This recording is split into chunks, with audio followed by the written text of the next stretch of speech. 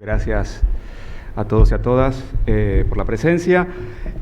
Bueno, como habíamos anunciado ya en la primera jornada de este taller y nos recordó Anabela recién, la idea de esta segunda jornada y de la última, del próximo miércoles, es trabajar a partir de los problemas que identificamos en algunos casos concretos y puntuales que yo seguidamente voy a presentar. Hay dos aclaraciones previas sobre la dinámica.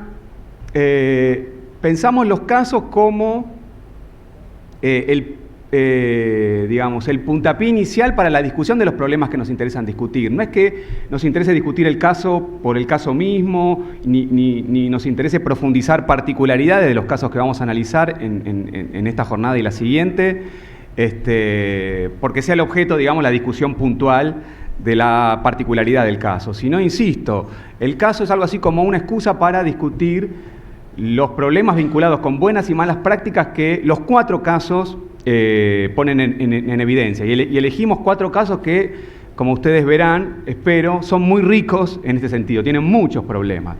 Pero de nuevo, la idea no es discutir o abundar en la casuística, digamos, por la casuística misma.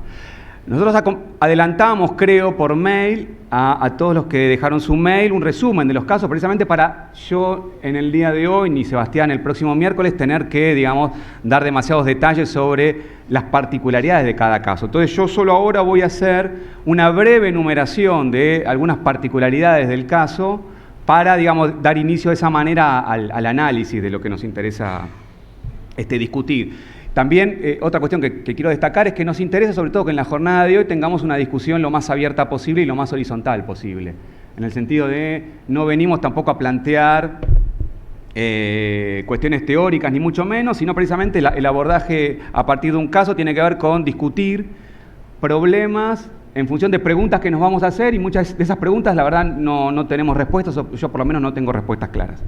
Y la idea es quizá enriquecer el análisis con la participación de todos en el sentido más horizontal que lo planteé. Entonces, voy muy sucintamente a los hechos del caso de la muerte de Argentino Peloso Iturri.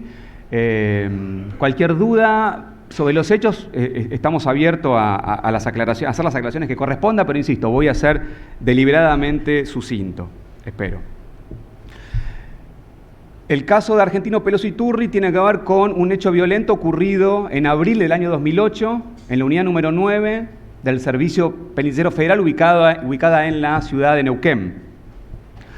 Fue un caso ocurrido, decía, en abril del 2008, se inicia con un hecho violento, un abordaje violento por parte de 3 agentes penitenciarios en la celda de aislamiento en la que se encontraba Argentino Peloso Iturri. Lo abordan 3 agentes penitenciarios donde lo golpean en esa celda en la que se encontraba, en el pabellón 10 de esa unidad penitenciaria.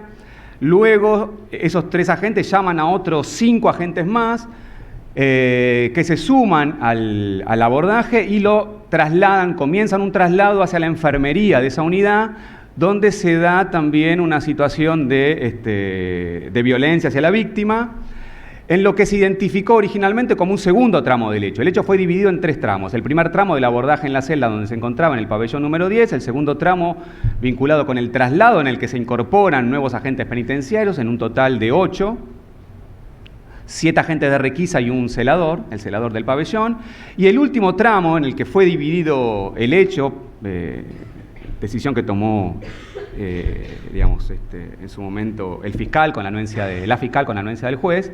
El último tramo, el tramo 3 del hecho, tiene que ver con el desenlace de este suceso en la enfermería de la unidad, donde siguen las maniobras violentas hacia la víctima y se produce la muerte. Por este hecho estuvieron imputados los 8 agentes que lo abordaron violentamente por tortura, en principio por tortura. Luego fueron condenados por tortura seguida de muerte. Fueron imputados también el director, el subdirector y el jefe de seguridad interna, en este caso por haber participado del último tramo del hecho con su presencia, razón por la cual se les imputó y fueron condenados por omisión de evitar las torturas. Y también fueron en principio imputados 2 médicos por omisión de denunciar las torturas, presente. Uno de esos médicos estuvo presente en el momento en que se produce, en este último tramo del hecho, y se produce el desenlace. Otro médico no estuvo presente, pero había tomado conocimiento horas después de lo sucedido. También fue imputado por la omisión de denunciar. Este segundo médico fue absuelto, absolución que no fue recurrida ni por la Procuración Penitenciaria ni por la Fiscalía. El primero fue condenado, y también fue condenado por este delito, omisión de denunciar, el enfermero que se encontraba presente en el tramo 3, en ese lugar donde se produce el desenlace. La última imputación fue la del jefe regional, que fue un funcionario de alta jerarquía del Servicio Penitenciario Federal, que fue enviado por la superioridad a realizar, digamos, una investigación interna. Fue imputado y condenado por encubrimiento agravado, entre otros delitos. Digamos, algunas cuestiones que tienen que ver con hitos del caso. La autopsia realizada por el Cuerpo Médico Forense de la provincia de Neuquén adolecía de un montón de problemas, que esto seguramente va a ser analizado por los médicos legistas que me acompañan. Sucintamente destaco la omisión de la descripción de algunas lesiones o de la descripción acabada de la lesionología que se evidenciaba, y un diagnóstico llamativo de muerte súbita. Los estudios complementarios que se realizaron luego de esa autopsia, de anatomopatología y entre otras cuestiones, no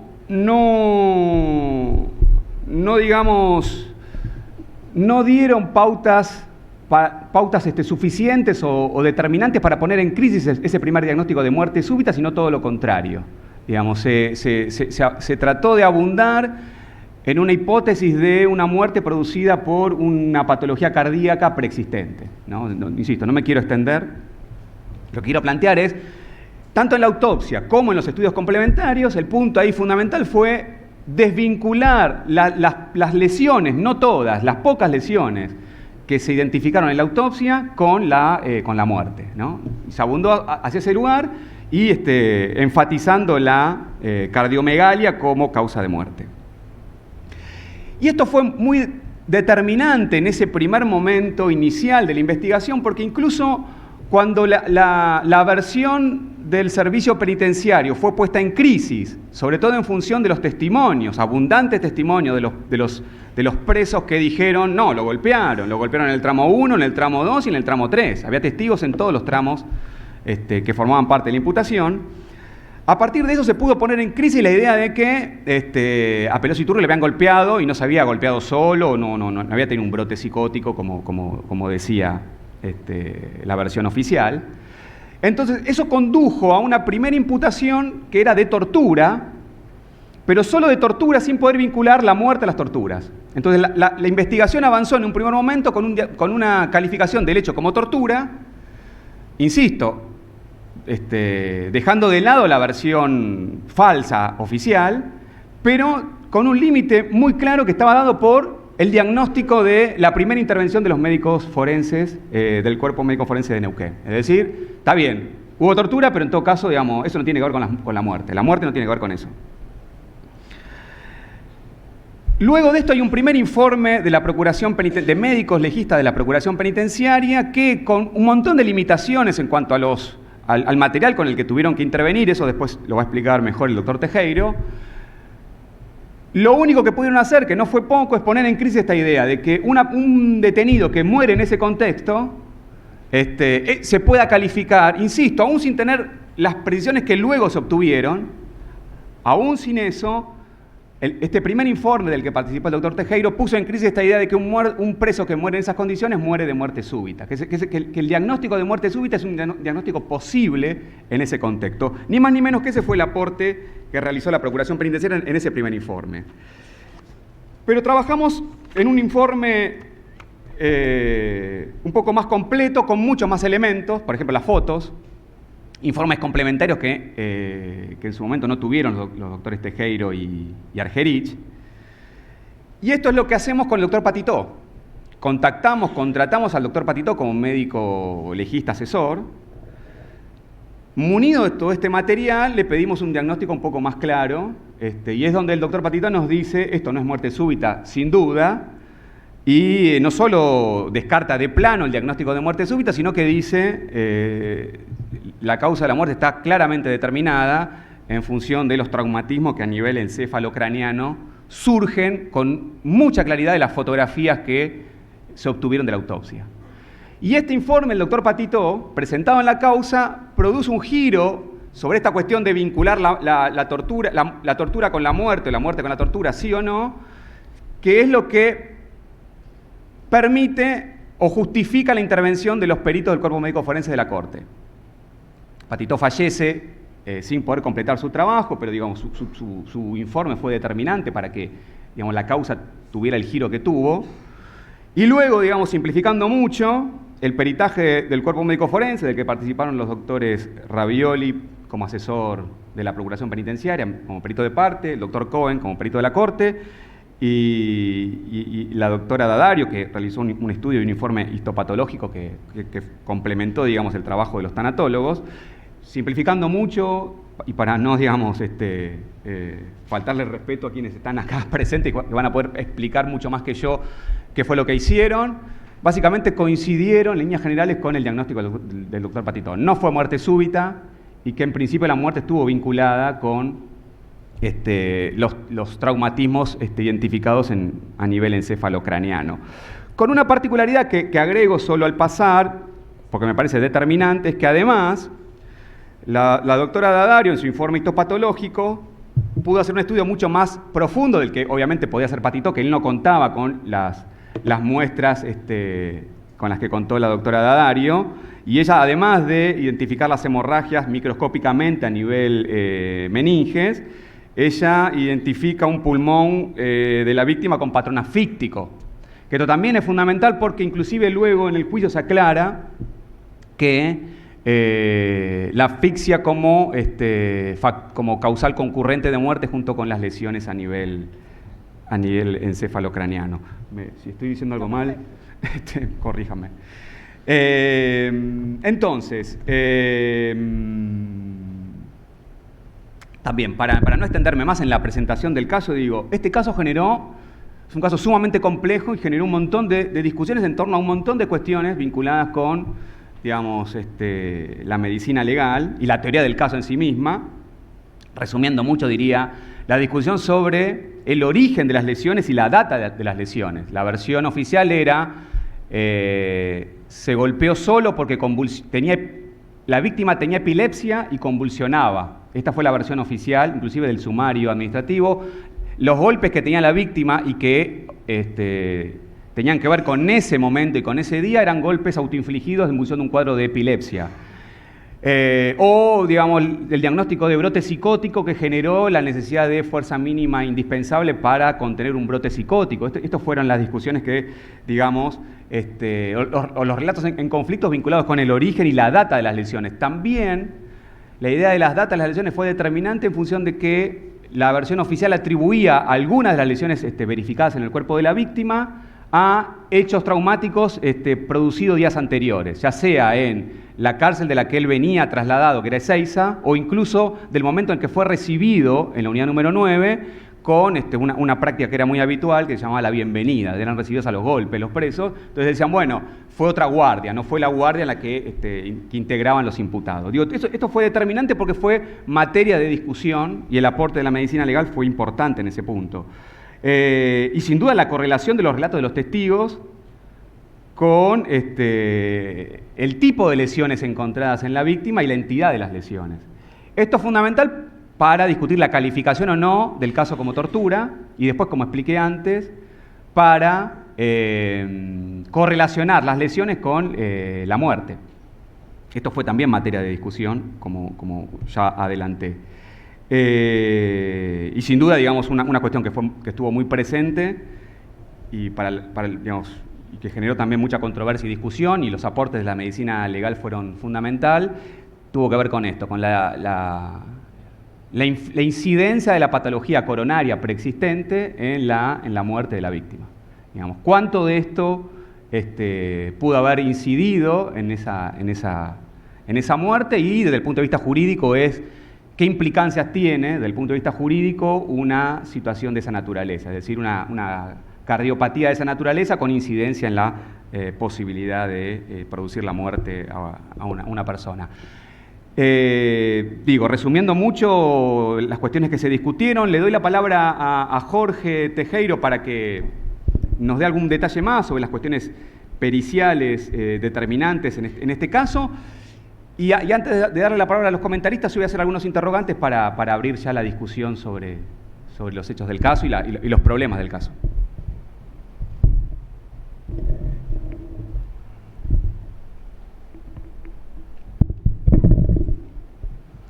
Buenas tardes a todos. Como bien dijo el doctor Borda, este caso verdaderamente ha impactado a nuestro organismo por la sucesión de hechos de agresión física que padeció el argentino Peloso Iturre y las circunstancias que rodearon posteriormente a su atención y a la autopsia concurrente. Este interno que fue sometido físicamente por el personal del servicio penitenciario, le brindaron en apariencia una atención médica en esa supuesto servicio médico, porque es una enfermería, en el cual, argumentando de que estaba con un cuadro de epilepsia o que tenía un cuadro de excitación psicomotriz, le prescribieron una medicación que el fármaco se llama diazepam, hay varios nombres comerciales. Posteriormente el paciente fue intubado, trasladado al hospital Castro Rendón, pero ya el paciente cuando ingresa en paro cardíaco, ingresa sin pulso, sin respiración espontánea, tenía las pupilas dilatadas, pero la médica que lo recepciona hace hincapié a que presentaba traumatismo nasal, que presentaba una lesión antigua y hematomas. Posteriormente se le practica la autopsia, una autopsia que nos ha dejado muchas dudas, una autopsia que culmina con un diagnóstico de muerte súbita, con una descripción en el informe de lesiones en cabeza, tronco y miembros inferiores, pero sin brindar mayores detalles y no relacionándolo con el hecho de la muerte del paciente. La muerte súbita no es justamente un diagnóstico de fallecimiento, de óbito.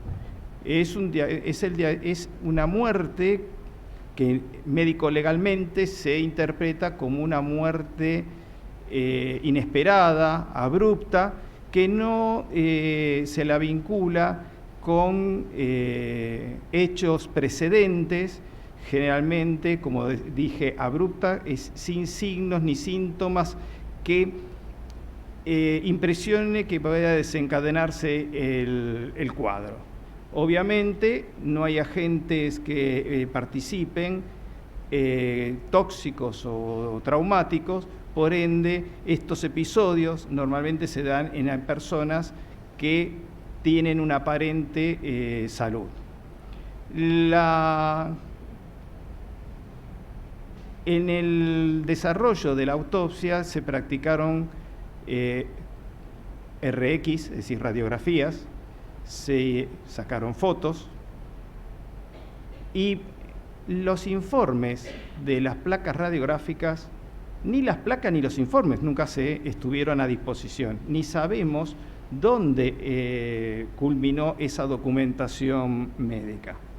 Si analizamos la autopsia en sí misma, vemos que la autopsia es desprolija, porque toda autopsia tiene obviamente un orden, es sistemática, debe ser ordenada y obviamente debe ir acompañada de documentación, como puede ser filmaciones, estudios complementarios, etcétera, etcétera.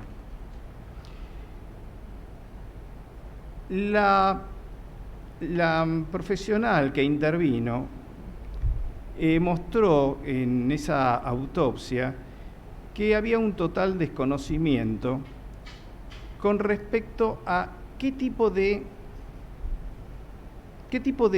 cuerpo iba a periciar. Es decir, el señor Peloso Iturre era una persona que estaba bajo custodia del Estado. Y bajo custodia del Estado, la doctora debería haber aplicado el protocolo de Minnesota. El protocolo de Minnesota hace y marca de alguna manera, más que de alguna manera, sino descriptivamente, cuál es el modelo de autopsia que debería haberse practicado. También, otro hecho a hacer notar es que la vestimenta, que la fotografía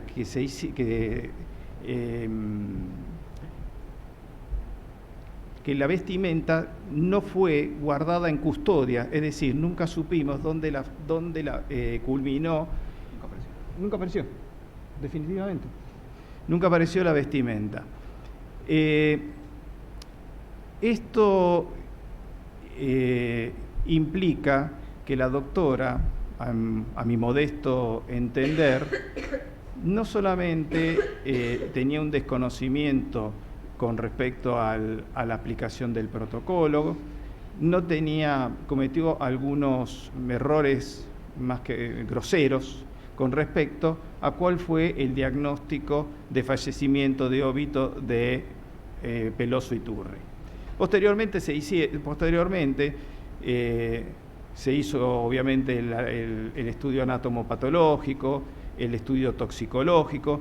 El estudio toxicológico, por ejemplo, no había registro de presencia de alcohol, no tenía presencia del diazepóxido, que es la medicación que supuestamente le habían aplicado en la enfermería del penal.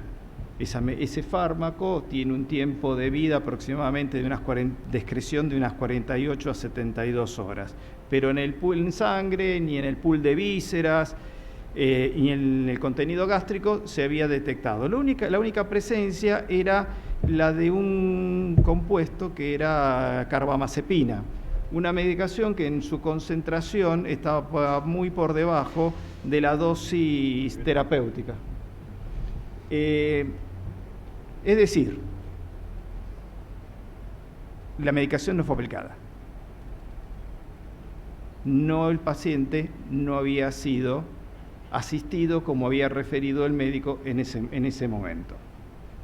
Por otro lado, el estudio anatomopatológico habla de una hipertrofia cardíaca, habla de una aterosclerosis coronaria, pero también culmina con una congestión pulmonar que interpreta como que el cuadro es compatible con un edema agudo de pulmón, culminando en una claudicación cardíaca. En el tramo de esta autopsia se habla de la cardiomegalia, y la cardiomegalia nunca fue valorada,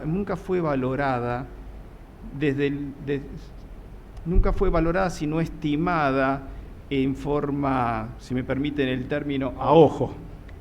Es decir, no fue pesado el órgano, no se tuvo en cuenta la talla y peso del paciente. Entonces, si nosotros tenemos un órgano que promedio está en los 275, 280 gramos, Peloso tenía una talla de 90 kilos y una persona de unos 1,80 m casi de altura. Era una persona que debería tener un corazón de unos 325, 340 gramos, siempre con un más menos. También es bien cierto que en algún momento de todos de los testimonios de los que participaron en la autopsia hicieron algún comentario con respecto a los elementos básicos, rudimentarios y hasta ausentes que podían tener para hacer la autopsia. Esa información nos llega a nosotros, como bien dijo Rodrigo, nos llegan fotografías en blanco y negro que no pudimos valorar, nunca llegaron los informes de las placas radiográficas, las requerimos en su momento y nunca tuvimos respuesta al respecto. Y con esa información que habíamos recibido y yo les acabo de relatar, con el doctor Argerich pensamos de que independientemente que el paciente podía tener una coronariopatía, si es la aterosclerosis coronaria, que podía tener una hipertrofia ventricular, el paciente había estado sometido a un distrés psicofísico muy importante que obviamente generó que se pusieran en marcha algunos mecanismos fisiopatológicos que generaran un aumento de la presión ventricular, obviamente con impacto a nivel de pulmón y la posterior claudicación cardíaca. Esa agresión física nosotros la asociamos como un elemento con alta posibilidad de que fuera partícipe de este fallecimiento. Más adelante, el jefe del cuerpo médico forense, ante un pedido de respuesta que hizo puntos de pericia que le pidieron oportunamente a la médica y que no los brindó, respondió en lugar de ella y fue por primera vez donde luego de una evaluación de las fotografías que obraban en su poder, reconoce que las lesiones que presentaba Peloso Iturre eran de carácter traumático, de carácter violento. Es también donde hace referencia al hecho de la impronta de una marca de borcego en la parte posterior, si mi memoria no me falla, en la parte posterior de una de las piernas. Obviamente que lo que nos preocupa es la limitada idoneidad que tuvo la profesional al momento de realizar esta pericia. No pudo dejar de obviar lesiones que no las correlacionó para nada, porque un traumatismo externo tiene un impacto interno. Eso nunca lo hizo. Entonces, lo que podemos apreciar es que hubo una falta de conocimiento, una falta de idoneidad en la pericia que llevó a cabo. Más adelante participó el doctor Patitó, del cual creo que el doctor Ravioli puede profundizar un poquito más en la evaluación que hizo él. Doctor. Vamos a plantear unos problemas y sí. Abrimos. Bien.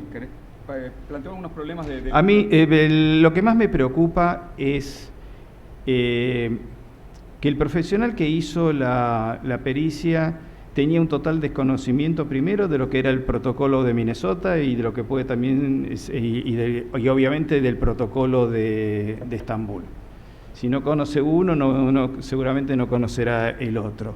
No tenía la especialidad que obviamente todo aquel que practica medicina forense, médico legista, en este caso la profesional era una ginecóloga, y el hecho de no tener una capacidad mínima operativa en una morgue, de poder contar con los elementos para poder llevar a cabo y cumplir con las mínimas necesidades que exige ese tipo de acto.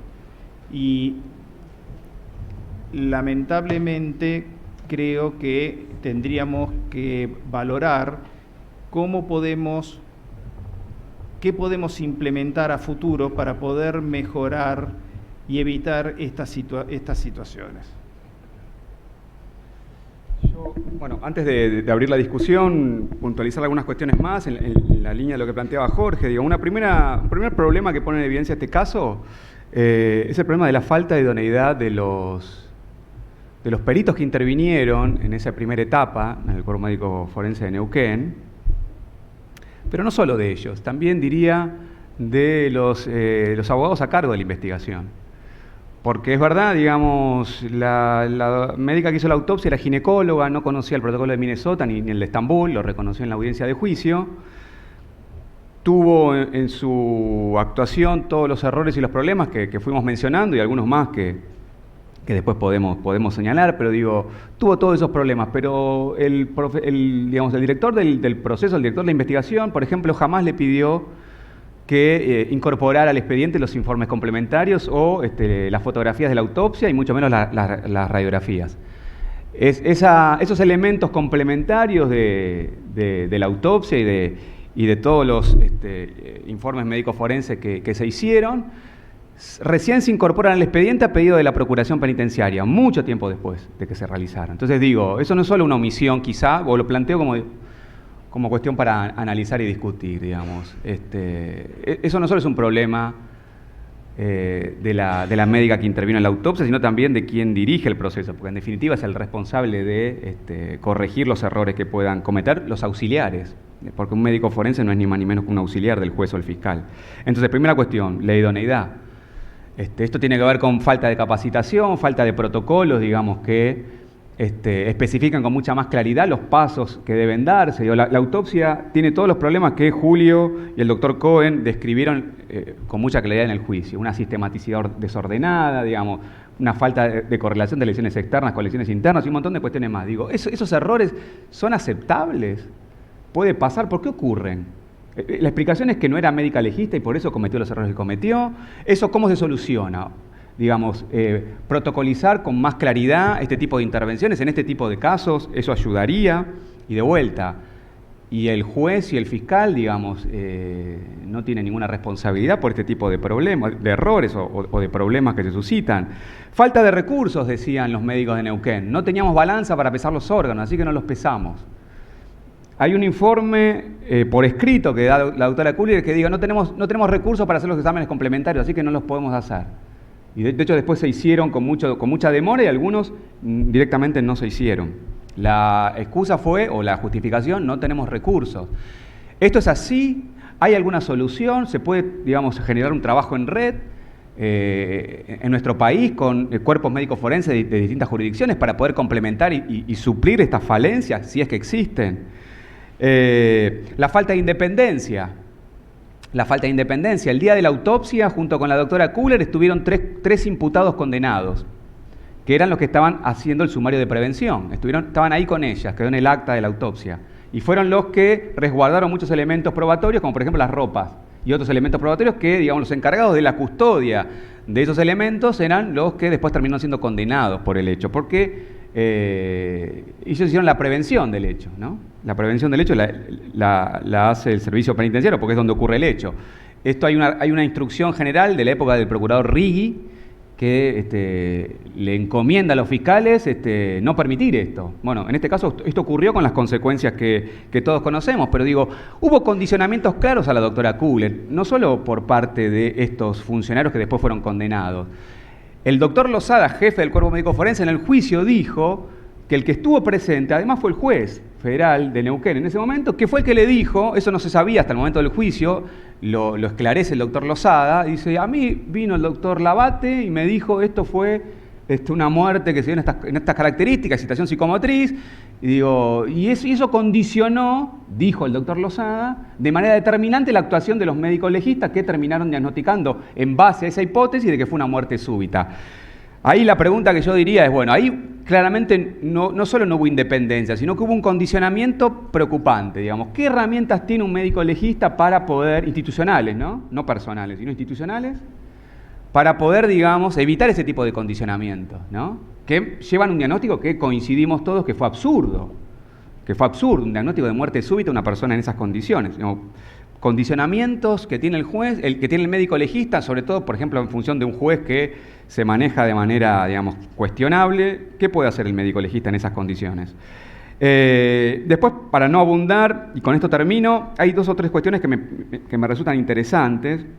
Hay una observación muy puntual que hizo la doctora D'Addario en el momento del juicio, cuando, sin perjuicio de los aportes fundamentales que hizo la doctora D'Addario en función de los estudios a nivel microscópico que ella hizo para poder, digamos, diagnosticar con más precisión la hipótesis que surge a partir del informe de Patitó de la hemorragia subaracnoidea como determinante de la muerte, el aporte que hace la doctora D'Addario del pulmón con patrón asfíctico, sin perjuicio de que ella, por ejemplo, tengo el recuerdo de que destacaba que las muestras que se tomaron fueron insuficientes, las muestras de estos órganos de la víctima fueron insuficientes. Por protocolo, dijo la doctora D'Addario, estoy citando, quizá después me va a corregir la doctora D'Addario, deberían haber sido por lo menos 12 muestras, por ejemplo, de un cerebro traumatizado, y se obtuvieron, en vez de 12, 4.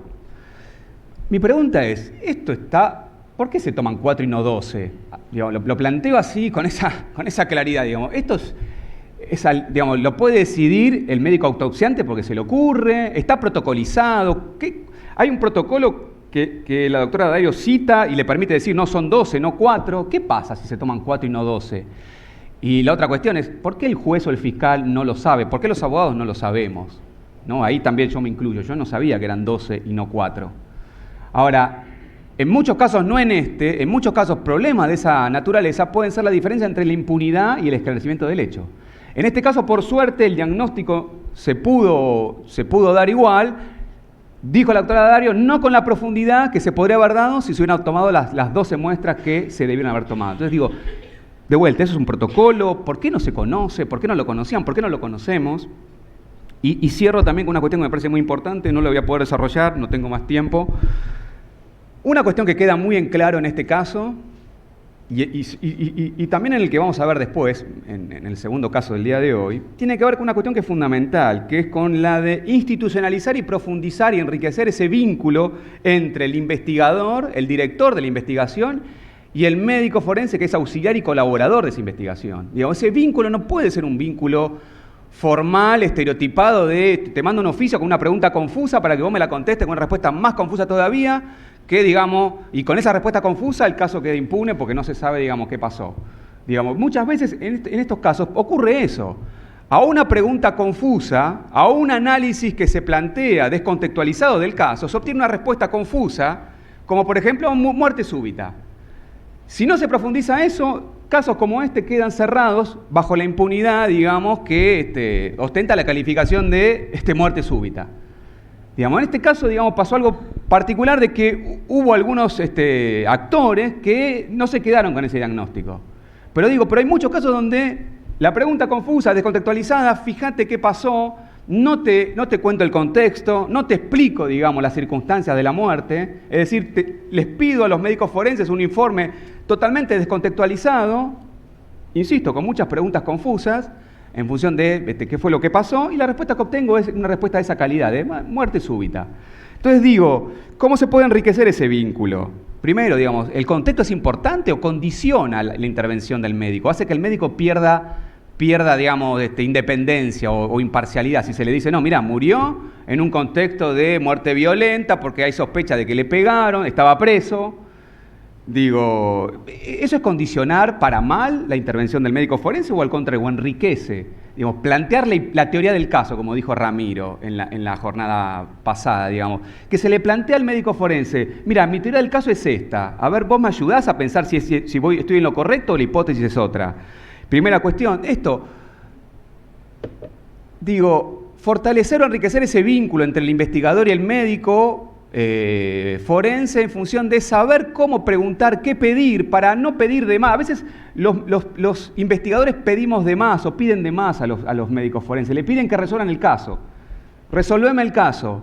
¿no? Eso lo vamos a ver con más claridad quizá en el segundo caso, donde la acusación fue un corte y pegue de un informe médico forense, sin digamos, mediatizarlo, en el sentido de, bueno, yo le pongo la impronta jurídica de la calificación del hecho, lo cruzo con la demás prueba, digamos, testimonial, documental. No, yo te pido que me resuelvas el caso. Inclusive, insisto, cuando a veces los médicos forenses no pueden aportar mucho más de lo que se les pide, el caso queda impune porque el fiscal o el juez delega en el médico forense cuestiones que no debe delegar. Entonces, no pedir cosas que el médico forense no puede aportar, pero tampoco pedir de menos. De vuelta, los estudios complementarios son imprescindibles muchas veces para complementar el primer informe que surge de una autopsia. Y muchas veces, eso se va a ver también en el segundo caso que vamos a analizar, pero hay cuestiones que surgen necesariamente de informes complementarios que no se agotan con la autopsia. Y muchas veces los fiscales y los jueces no saben esto. No saben cuestiones tan básicas como la autopsia sin la foto no tiene valor. Y yo creo que es un síntoma el no haber pedido las fotos, y mucho menos las radiografías de este caso, es un síntoma de no querer analizar con perspectiva crítica lo que me informa el médico forense.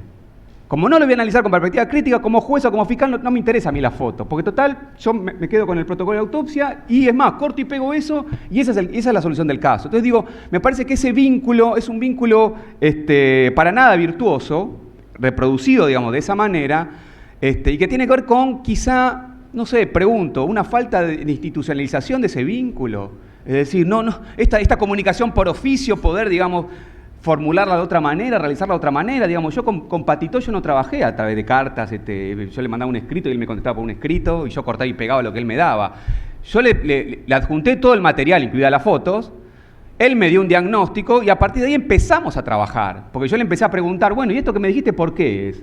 ¿Es traumático o es un aneurisma la hemorragia? ¿Y por qué? Y explícamelo, que yo no soy médico y lo tengo que entender, porque yo con eso acuso. Digo, no quiero plantearlo como modelo, pero digo, ¿por qué un fiscal o un juez debería trabajar de manera distinta a como yo trabajé con Patito o con Julio, ¿no? Digo, no sé si se entiende, lo puedo después aclarar un poco más, pero no me quiero extender. Pero me parece esencial esta cuestión de analizar este vínculo problemático entre el investigador y el perito que surgen y que explican muchos de los problemas que en el caso Perosi Turri se han puesto en evidencia. Perdón la extensión. Bueno, muchas gracias por la presentación. Para los que no estuvieron la jornada anterior, agrego que justamente lo que se ve acá en estos casos de muerte que vamos a estudiar hoy, que vamos a analizar hoy, y para los que llegaron tarde, que justamente fue distribuido el material, es un contraste muy fuerte con muchas de las cosas del deber ser que planteó el doctor Cohen la jornada anterior. Eso está subido a la web. Lo pueden ver, nos pueden preguntar después, pero digamos, hay un contraste muy fuerte entre el deber ser de cómo debería ser, por ejemplo, una autopsia o los peritajes y lo que sucedió en este caso concreto. Agregaría nada más a las preguntas que planteaba Rodrigo, que son para todos y todas lo que vayan contestando, ¿qué implicancias tiene esto, estas pérdidas de información, estas secuelas en la autopsia? ¿Qué implicancias tiene esto en términos de la información que se pierde después? ¿Qué cosas ya no se puede recuperar, que no se hace en los primeros instantes? Y también me interesaría sus percepciones sobre en qué medida estos casos los ven con más frecuencia en este tipo de circunstancias, en el encierro o en personas víctimas de maltratos y tortura por parte de las fuerzas de seguridad, o si es algo extendido también, si son problemas de la investigación judicial generales, o es algo que ven con mayor presencia en estos casos específicos. Bueno, ahora entonces vamos a darle la palabra para que contesten y comenten un poco todas las preguntas que planteó Rodrigo y que se fueron planteando, a 3 médicos que estuvieron justamente involucrados en este caso: la doctora Adriana Dadario, que es perito médico forense de la Justicia Nacional y coordinadora de los laboratorios de la morgue judicial histopatológica, toxicología y análisis clínicos; al doctor Roberto Cohen, perito médico forense de la Justicia Nacional; y al doctor Julio Ravioli, experito médico forense de la Justicia Nacional, que nos ayudó muchísimo en la organización de este taller. Agrego que está con nosotros el procurador penitenciario Francisco Muniolo. Así que, bueno, vamos a continuar ahora con la parte de los comentarios. Por favor, no sé quién quiere empezar. Tenemos un ratito para eso y luego pasamos a las preguntas. Sí, buenas tardes. Me han pasado el micrófono, así que me ven la obligación de tener que hablar. En primer término, quiero adherir a lo que Rodrigo recién planteó. Hace 40 años que vengo opinando sobre este tema, que no se puede investigar la muerte violenta sin que se establezca un equipo interdisciplinario en el cual tienen que intervenir activamente y no a través de comunicantes, de estancos que se comunican por cañitos, el instructor, el criminalista, el fiscal y el médico forense. Ese es un equipo de trabajo que tiene que trabajar mancomunadamente, llevar a cabo todas las investigaciones en conjunto. Yo le diría que en toda mi trayectoria como médico vinculado a lo forense, me sobran los dedos de una mano para contar a los fiscales o jueces que me convocaron para intercambiar opiniones y seguir juntos un caso para adelante. Creo que lo que cumplimos son rituales, mandamos escritos, mandamos fotos. Muchas veces se mandaban fotos sin dar una explicación de lo que significaba la foto. Entonces, cuando un fiscal o un juez recibe una foto de una cabeza abierta con una lesión determinada y yo no le explico qué significa esa lesión, le estoy dando nada, no le doy nada. Entonces tenemos que cambiar la metodología de trabajo. Creo que es una obligación que nos compromete en la función de funcionarios o peritos de parte. Estamos comprometidos con una muerte violenta y tenemos que seguir los caminos que están protocolizados ya en todo el mundo. No estamos inventando nada. Así que, primer punto, creo que hay que establecer equipos de trabajo coherentes, comunicados, no separados a la distancia por papeles que van y vuelven. No sirve para nada eso. En segundo término, y yendo al caso Peloso Iturri, a mí la primera aproximación que me llegó cuando me convocaron de la Procuración Penitenciaria fue el informe de Patitó, de nuestro fallecido compañero y colega Ángel Patitó. Y cuando pude ver las fotografías, porque la médica que hizo la autopsia sacó 52 fotografías, pero no explicó ninguna. No hubo explicación de ninguna de las fotografías. Y ver solamente el cuero cabelludo y la cabeza abierta de este cadáver hacía el diagnóstico sin demás, no había que debatir nada más, porque tenía hematomas en la aponeurosis epicraniana y tenía una hemorragia subaracnoidea en focales. Esto en medicina forense es traumático, no tiene otra posibilidad de otro origen o de otra etiología. Por lo tanto, no había que dudar demasiado respecto del diagnóstico con ese solo elemento y en 2 minutos de mirar las fotos. Ahora, uno se plantea, ¿qué pasó con la médica que hizo la autopsia? Primero, que el diagnóstico de muerte súbita no existe en la patología forense. La muerte súbita es un hecho clínico que uno ve en una persona que está internada, pero no en la morgue. Yo no puedo poner como diagnóstico muerte súbita en una autopsia. Por lo tanto, ya me está descalificando la calidad de esa médica que hizo la autopsia. Había fotos demostrativas de las lesiones, no las describió. Además, ¿en qué situación hizo la autopsia esta médica?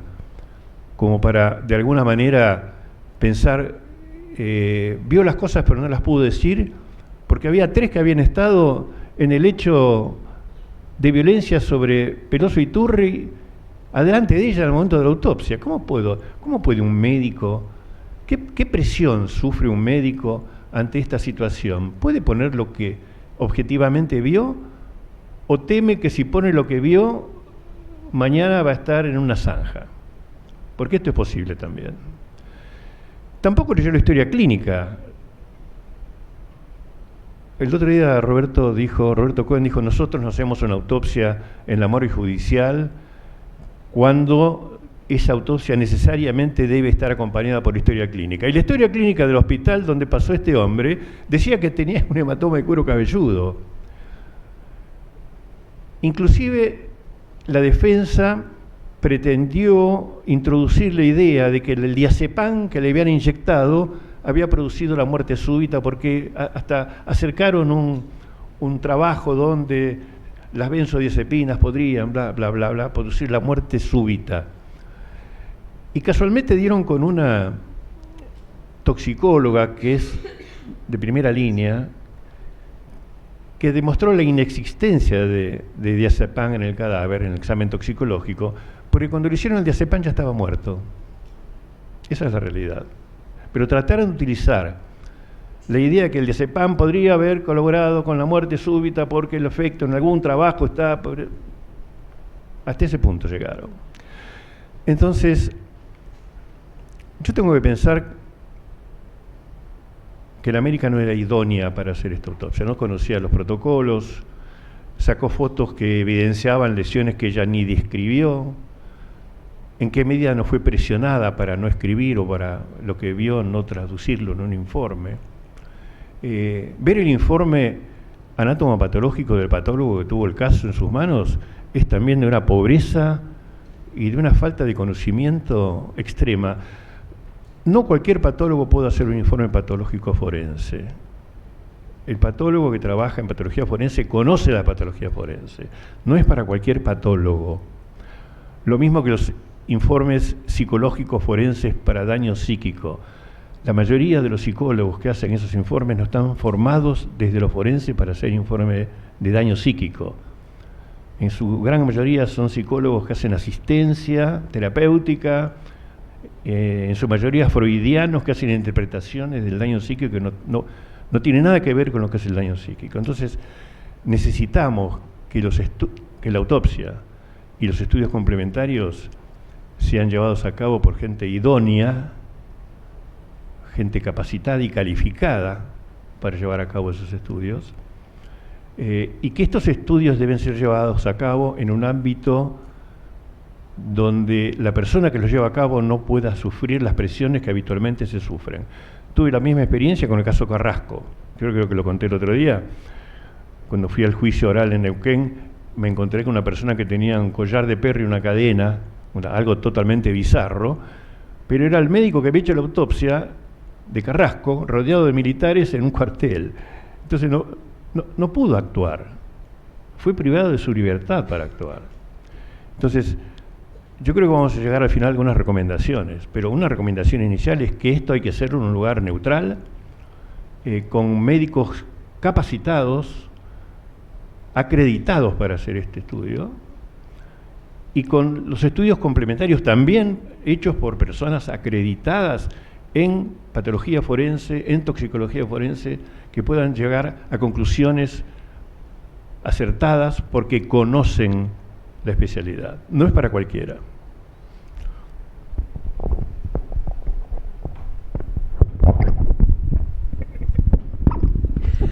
Buenas tardes. Agradezco la invitación que me honra en participar en esta mesa, a la Procuración y al doctor Ravioli, que ha extendido, por medio de él, me ha extendido esta invitación. Bueno, yo quiero extender una reflexión del doctor Ravioli con respecto a qué es lo que pasa y los condicionamientos. Tenemos la suerte de tener la libertad para trabajar nosotros y justamente creo que es el motivo o el gran motivo por los cuales nos llegan de las diversas provincias este tipo de casos, porque tenemos libertad y creo que también idoneidad para hacerlo. Con respecto a este caso en particular, confirmé lo peritado tanto por el doctor Cohen como el doctor Ravioli a través de la visualización de las fotografías, y hago este llamado que justamente se mencionó antes. Existe un protocolo de actuación para toma de muestras de cerebro, y eso los patólogos generales también lo saben, pero el patólogo forense lo tiene que saber más, porque nos hemos perdido la posibilidad de saber si este señor tenía contusiones por golpe o contragolpe. La dura madre tampoco nos llegó, podía haber una hematoma subdural y nos perdimos la chance de estudiarlo, etcétera. Entonces, yo en este caso resalto, además de los diagnósticos a los cuales se ha agregado el punto de la asfixia, el mecanismo asfíctico, en concurrencia con el traumatismo, el tema de las tomas de muestras, que están todas protocolizadas a nivel anatomopatológico. Tenemos protocolos para estudiar las asfixias mecánicas, tenemos protocolos para estudiar las muertes súbitas cardíacas, de acuerdo a la patología que pueda surgir, y tenemos protocolos para el estudio del cerebro. Esto creo que es lo que quiero remarcar en esta reunión y en este caso en particular. Ahí tiene, ya está. Buenas tardes.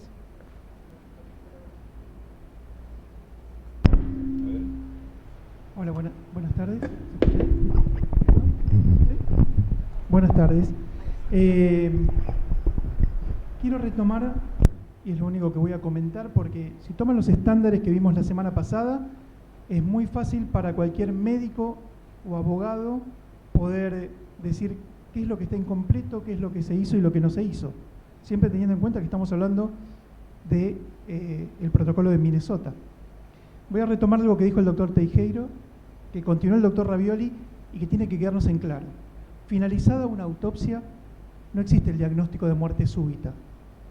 Fue un colega español, el doctor Lucena, Joaquín Lucena, invitado por nuestro director de la morgue judicial, que estuvo aquí presente dándonos algunas charlas, quien nos dijo, porque es tal vez la persona en Europa que más ha estudiado la muerte súbita, y nos quedamos todos, nos dijo, la muerte súbita no es un diagnóstico, es una forma de morir.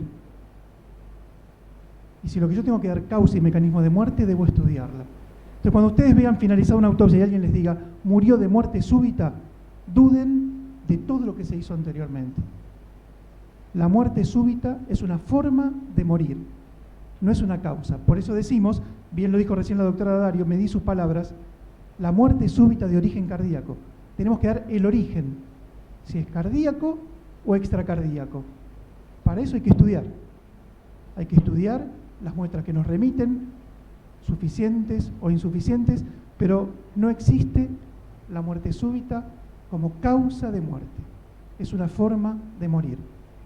Entonces, agreguemos esto a lo que la semana pasada dijimos y creo que ya nos estamos llevando parte de lo que, con todo respeto a los fiscales aquí presentes, funcionarios y magistrados, tengan en cuenta al momento de remitirnos un expediente para decirnos, ¿amerita una nueva revisión del caso? ¿Amerita que se haga un análisis? Me lo pueden decir más fundadamente, doctor. Esta forma de morir, súbita, que lo que determina son tres cualidades: rápida, inesperada y natural. Rápida, inesperada y natural. ¿Está encuadrada dentro de ello? ¿Necesitamos hacer algo más? Por eso avanzamos con el doctor Ravioli tan rápidamente en que no era una muerte súbita. Porque pudo haber sido rápida. Creo que muchos no la pudieron considerar inesperada y no era una muerte natural. Descartamos la muerte súbita. Nada, muchas gracias.